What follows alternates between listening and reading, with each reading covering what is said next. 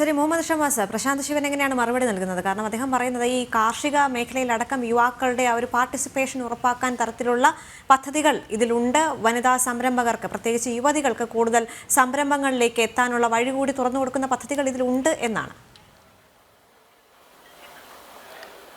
അല്ല, ഞാൻ ആ പറഞ്ഞു നിർത്തിയിരുന്ന് തന്നെ തുടങ്ങാൻ ആഗ്രഹിക്കുകയാണ്. കാരണം നമ്മുടെ രാജ്യത്ത് ഞാൻ നേരത്തെ പറഞ്ഞല്ലോ, മറ്റ് രാജ്യങ്ങളെ അപേക്ഷിച്ച് ലോക രാജ്യങ്ങൾക്കിടയിൽ ഇന്ത്യ രാജ്യത്തിൻ്റെ ഏറ്റവും വലിയ കരുത്തും സമ്പത്തും എന്ന് പറയുന്നത് മറ്റ് രാജ്യങ്ങളിൽ ഇപ്പോൾ സ്വർണ്ണഖനികളും മറ്റ് എണ്ണപ്പാടകളും ഒക്കെ ആണെങ്കിൽ, ഈ രാജ്യത്തിൻ്റെ സമ്പത്ത് എന്ന് പറയുന്നത്, അതിൻ്റെ ഏറ്റവും വലിയ വിഭവം എന്ന് പറയുന്നത് ഈ രാജ്യത്തെ വിദ്യാസമ്പന്നരായ ചെറുപ്പക്കാരാണ്, യുവാക്കളാണ്. ആ യുവാക്കളാണ് വ്യത്യസ്ത തലത്തിൽ ഈ രാജ്യത്തിൻ്റെ വരുമാനത്തിൽ മുഖ്യ പങ്ക് വഹിക്കുന്നതും വിവിധ രാജ്യങ്ങളിൽ തങ്ങളുടെ കഴിവുകൾ ഉപയോഗപ്പെടുത്തി ഇന്ത്യയിലേക്ക് വരുമാനം എത്തിക്കുന്നതുമെല്ലാം അങ്ങനെ വ്യത്യസ്ത തലത്തിൽ അവർ അവരുടേതായ റോള് വഹിക്കുന്നുണ്ട്. അങ്ങനെയുള്ള ചെറുപ്പക്കാരെ സംബന്ധിച്ച് ഇനി അങ്ങോട്ട് കൃഷിയിൽ നിങ്ങൾ ശ്രദ്ധ കേന്ദ്രീകരിച്ചോളൂ എന്നുള്ളൊരു സന്ദേശമാണോ അദ്ദേഹം ഉദ്ദേശിച്ചത് എനിക്കറിയില്ല. എന്തു തന്നെ ആയാലും ഈ പറഞ്ഞതുപോലെ ഡയറക്റ്റ് ബെനിഫിറ്റ് ഇല്ല എന്ന് അറിയാതെയാണെങ്കിലും അദ്ദേഹത്തിന് സമ്മതിക്കേണ്ടി വരുന്നുണ്ട്. ഇൻഡയറക്റ്റായി പറഞ്ഞ ബെനിഫിറ്റുകളുണ്ട്, അത് വരാൻ പോകുന്നു. ഇപ്പോൾ വിഴിഞ്ഞം തുറമുഖം വന്നാൽ ഇന്ന രീതിയിൽ നമുക്ക് വികസനങ്ങൾ ഉണ്ടാകും, കേരളത്തിൽ റോഡ് വികസിക്കും, അതിനോടനുബന്ധിച്ചുള്ള കച്ചവട സ്ഥാപനങ്ങൾ വികസിക്കും, അങ്ങനെ കുറേ തൊഴിലവസരങ്ങൾ ഉണ്ടാകും എന്നൊക്കെ നമ്മൾ പറയുന്ന പോലെയാണ് ഇപ്പോൾ ഈ ടാക്സ് ലാബിനെ കുറിച്ചൊക്കെയുള്ള പരാമർശത്തിൽ നിന്ന് അദ്ദേഹം പറഞ്ഞത്. ഡയറക്റ്റ് അല്ല, ഇൻഡയറക്റ്റ് ആയിട്ടുള്ള ബെനിഫിറ്റ് സംരംഭകർ എന്ന നിലയിലേക്ക് യുവാക്കൾക്കൊക്കെ ലഭിക്കാൻ പോകുന്നു എന്ന് പറഞ്ഞു. ഇവിടെ ഏത് മേഖലയിലാണ് സ്പെസിഫിക് ആയിട്ട്, ഇപ്പോൾ മുൻകാലങ്ങളിൽ UPA ഗവൺമെന്റ് കാലഘട്ടത്തിലും സമാനമായ രീതിയിലുള്ള പ്രൊജക്ടുകൾ ഉണ്ടായിട്ടുണ്ട്, ആ രീതിയിലുള്ള പദ്ധതികളൊക്കെ നടപ്പിലാക്കിയിട്ടുണ്ട്. UPA ഗവൺമെന്റ് കാലത്ത് നിന്ന് വ്യത്യസ്തമായി ഈ പറഞ്ഞ നരേന്ദ്രമോദി NDA ഗവൺമെന്റ് സ്വീകരിക്കുന്ന ഒരു പൊതുനയം എന്ന് പറയുന്നത് പ്ലാൻ ബേസ്ഡ് സിസ്റ്റം മാറി പ്രൊജക്ട് ബേസ്ഡ് സിസ്റ്റത്തിലേക്ക് മാറി എന്നുള്ളതാണ്. ആ പ്രൊജക്ട് ബേസ്ഡ് സിസ്റ്റം ആയിട്ട് പോലും എങ്ങനെ ആ ഒരു പ്രൊജക്റ്റിലേക്ക് ഊന്നാൻ, അങ്ങനെ എന്ത് പ്രൊജക്റ്റാണ് ഈ പറയുന്ന AI അപ്പുറത്തേക്കുള്ള എന്ത് പ്രൊജക്ട് സ്കീമുകളാണ് ഈ ബഡ്ജറ്റിന്റെ ഭാഗമായി പുറത്തു വന്നിട്ടുള്ളത് എന്ന് നമ്മൾ പരിശോധിക്കണ്ടേ. അങ്ങനെ വ്യത്യസ്ത മേഖലയിൽ യുവാക്കളെ സംബന്ധിച്ച്, രാജ്യത്തിന്റെ ഭാവി തലമുറയെ സംബന്ധിച്ച് ഏറെ ആശങ്ക ഉളവാക്കുന്ന രീതി തന്നെയാണ് മുന്നോട്ട് പോകുന്നത്. പിന്നെ സ്വകാര്യ മേഖലയിലെ കടന്നുവരവ് എന്ന് പറയുന്നത്, അത് വിദ്യാഭ്യാസ മേഖലയിലും ഈ പറയപ്പെട്ട രാജ്യത്തിന്റെ ആരോഗ്യ മേഖലയിൽ ഉൾപ്പെടെ സ്വകാര്യ പങ്കാളിത്തം കൂടുതൽ ഊട്ടിയുറപ്പിക്കുന്ന ഒരു ബഡ്ജറ്റായിട്ട് കൂടിയാണ് ഈ ബഡ്ജറ്റ് നോക്കിക്കാണുന്നത്. അതുണ്ടാക്കുന്നൊരു ദൂരവ്യാപകമായ പ്രത്യാഘാതം എന്ന് പറയുന്നത്, നമ്മുടെ നാട്ടിൽ ഇപ്പോഴും പാർശ്വവൽക്കരിക്കപ്പെട്ട വലിയൊരു വിഭാഗമുണ്ട്.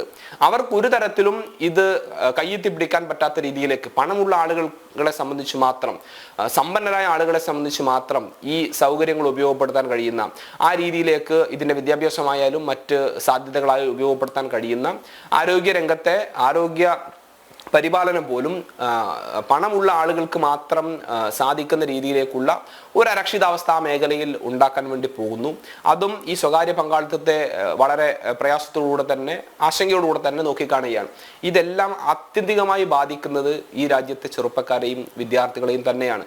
ഞാൻ പറഞ്ഞല്ലോ, ദേശീയ വിദ്യാഭ്യാസ നയം നടപ്പിലാക്കിയതുമായി ബന്ധപ്പെട്ടും അതിൻ്റെ പരിണിത ഫലങ്ങളും പ്രത്യാഘാതങ്ങളും വിദ്യാഭ്യാസത്തിന്റെ നിലവാര തകർച്ചയും ഒക്കെ ഒരു വശത്ത് വലിയ പ്രതിസന്ധിയായി നമ്മുടെ രാജ്യത്ത് നിലനിൽക്കുന്നുണ്ട്.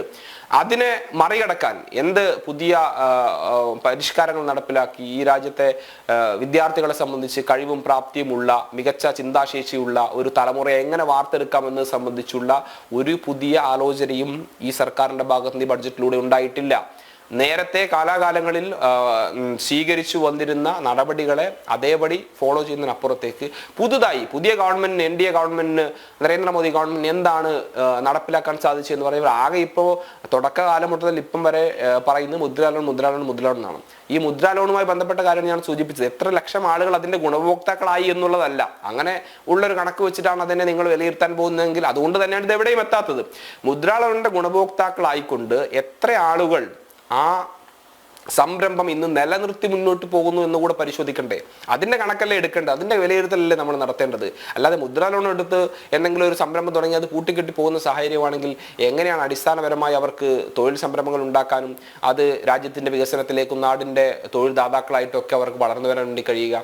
ആ രീതിയിൽ ക്രിയാത്മകമായ വിമർശനങ്ങളെ ഉൾപ്പെടെ ഉൾക്കൊണ്ടുകൊണ്ട് രാജ്യത്തിന്റെ പുരോഗതിക്കും നാടിന്റെ സമസ്ത മേഖലയിലുള്ള വികസനത്തിനും വേണ്ടി സംസാരിക്കാനോ ആ വിമർശനങ്ങളെ ഉൾക്കൊള്ളാനുള്ള ഒരു മാനസികാവസ്ഥ ഈ രാജ്യം ഭരിക്കുന്ന ഗവൺമെന്റില്ല. അത് എല്ലാ കാര്യത്തിലും ഈ ഗവൺമെന്റ് സ്വീകരിച്ചു പോരുന്ന നിലപാട് തന്നെയാണ് ഇത്തരം വികസന കാര്യങ്ങളിലും ഈ സർക്കാരിന്റെ ഭാഗത്ത് ഉണ്ടാകുന്നത്.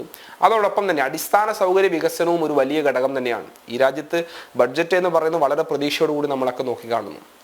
പ്രത്യേകിച്ച് കേരളം ഉൾപ്പെടെ വലിയ പ്രതീക്ഷയോടുകൂടി തന്നെ കേന്ദ്ര ബഡ്ജറ്റ് നോക്കിക്കാണുന്നു, മറ്റ് സംസ്ഥാനങ്ങൾ നോക്കിക്കാണുന്നു. അവിടെയൊന്നും എല്ലാ സംസ്ഥാനങ്ങളെയും പോലെ കേരളത്തിനും നിരാശരാകേണ്ടി വന്നു. കേന്ദ്ര ഭരണം താങ്ങി നിർത്തുന്ന ബീഹാറിൻ്റെ അവർക്കുള്ള പിന്തുണയല്ലാതെ, അവർക്ക് വേണ്ടിയുള്ള ബഡ്ജറ്റ് ഇല്ലാതെ ഒന്നും സംസ്ഥാന അടിസ്ഥാനത്തിൽ ഒരു തരത്തിലുള്ള ഗുണവും ലഭിക്കാത്ത, നേരത്തെയുള്ള ഇപ്പോൾ കേന്ദ്രമന്ത്രി ശ്രീ ജോർജ് കുര്യൻ തന്നെ ഇവിടെ പറഞ്ഞപ്പോൾ മാധ്യമപ്രവർത്തകരുടെ ചോദ്യത്തിന് അദ്ദേഹത്തിന് വ്യക്തമായ മറുപടി നൽകാൻ കഴിഞ്ഞില്ല. എത്ര കോടി രൂപയാണ് അത് അനുവദിച്ചതെന്ന് പറയും, പുതുതായി അനുവദിച്ചെന്ന് പറയുമ്പോൾ അത് സ്വാഭാവികമായും കേരളത്തിന് ലഭിക്കേണ്ടുന്ന നികുതി വിഹിതത്തിന്റെ ഭാഗമാണ്. അതല്ലാതെ അധികമായി ഇത്ര തുക അനുവദിച്ചു എന്നും അല്ലെങ്കിൽ വകയിരുത്തി എന്ന് അദ്ദേഹത്തിന് പറയാൻ വേണ്ടി സാധിക്കുന്നില്ല. ഏതെങ്കിലും തരത്തിൽ ഇതാ നിങ്ങൾക്ക് പുതിയതായി അധികമായി എന്തെങ്കിലും നൽകുന്നു എന്ന് പറയാൻ കേന്ദ്ര സർക്കാരിനെ സംബന്ധിച്ച് ഒന്നുമില്ല. നേരത്തെ നൽകി വരുന്ന നമ്മുടെ ഫെഡറൽ സിസ്റ്റത്തിൻ്റെയൊക്കെ ഭാഗമായി നൽകേണ്ട സംവിധാനങ്ങൾ അതേപടി തരുന്നു എന്നതിനപ്പുറത്തേക്ക് പുതുതായി ഒന്നും നൽകാൻ അത് സംസ്ഥാനങ്ങൾക്കാവട്ടെ, ചെറുപ്പക്കാർക്കാവട്ടെ, വിദ്യാർത്ഥികൾക്കാവട്ടെ ഒന്നുമില്ല എന്ന് തന്നെയാണ് മനസ്സിലാകുന്നത്.